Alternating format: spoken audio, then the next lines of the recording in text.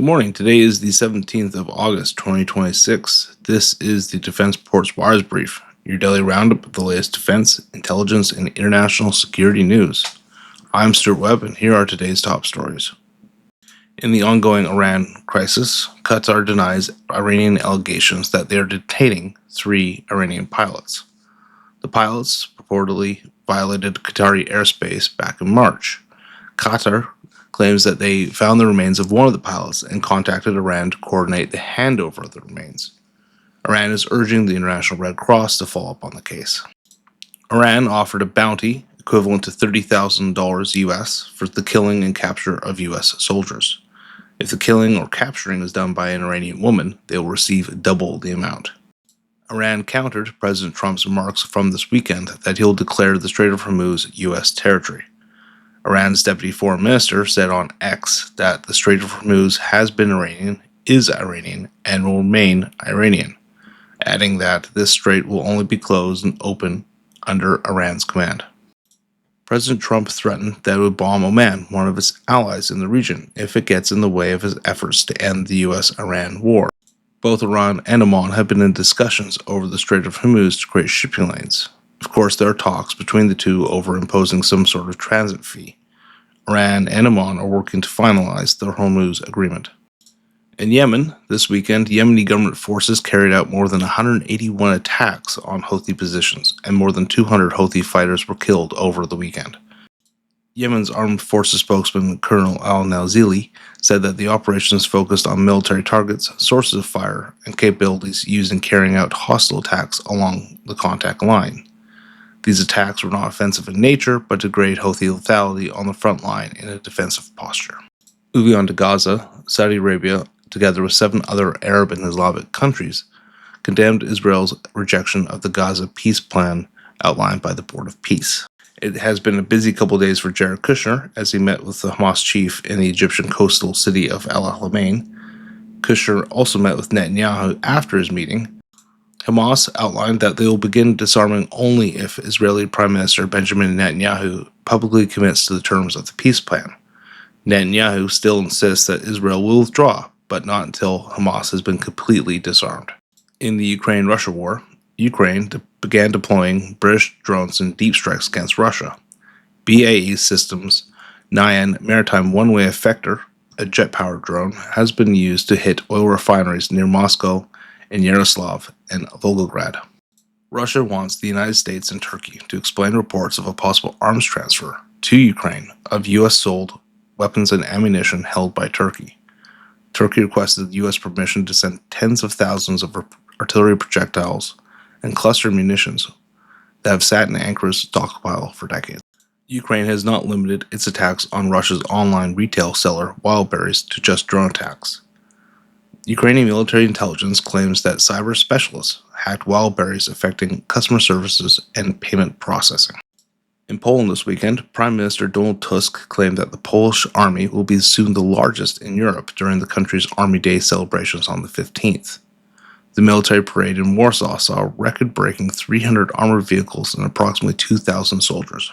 Currently, Poland has the 3rd largest army in NATO with 216,000 personnel, up from 100,000 back in 2014. Poland's goal is to have 300,000 active duty personnel with another 200,000 in reserves. In South Korea, President Trump ordered the Pentagon to substantially reduce the joint U.S.-South Korean military exercises this year, possibly as a gesture towards North Korea, as he said he has a very good relationship with Kim Jong-un. But Trump also cited that South Korea has not helped with the U.S. with this situation in Iran. Joint exercises were scaled down or suspended during Trump's first term in office. South Korea's presidential office added that it hopes Trump's friendship with Kim Jong-un would lead to bilateral talks on peace on the Korean peninsula. According to a report by cybersecurity firm S2W, cyber attacks from state-sponsored hacking groups from North Korea, China, and Russia have increased by 7.5% this year.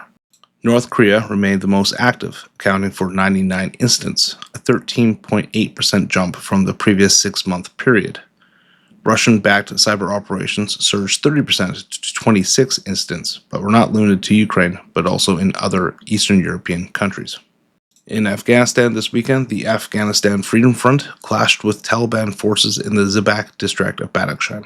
The AFF described it as a preemptive attack on Taliban positions. Fighting took place in the Topkhana area of Zibak, with both sides using light and heavy weapons. Sources claim that the dissident Taliban commander, Juma Khan Fateh, and his forces left their military positions and surrendered to the Taliban. Fateh reportedly flew from Nusay to the Darwaz district with the Taliban's army chief, Fasihuddin Fitrat. For the past week, Fateh's forces have been fighting with the Taliban. After 5 years of Taliban rule, the Taliban's foreign minister called for the reopening of the U.S. embassy in Kabul and urged the U.S. to invest in Afghanistan's vast mineral reserves, dams, and roads, something that the United States and its NATO partners did during the war.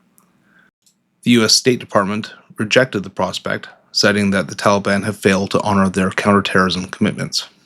In the Democratic Republic of Congo, according to government data, the death toll of the Ebola outbreak has reached 2,325 people, surpassing the toll from the 2018-2020 outbreak that became the deadliest in the country's history.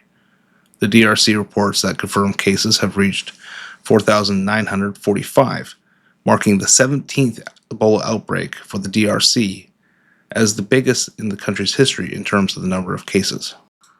Moroccan media reports that hundreds of would-be migrants were intercepted on Saturday in northern Morocco near the border of the Spanish enclave Ceuta. 294 people were arrested, 46 of them Moroccan, and the rest from sub-Saharan Africa. These arrests come after the storming of 49 to 60,000 illegal migrants 2 weeks ago. Myself and Chris Murray discussed the wider implications of the mass migration attempt on Ceuta on our sister podcast, the Defense Port Podcast. Please go check it out. And that concludes today's Wires Brief. If you found this useful, subscribe so you don't miss the next one, tell others, and visit defenseport.com for our analysis on these topics and more. And until next time, have a good day, and I hope you enjoyed the weekend.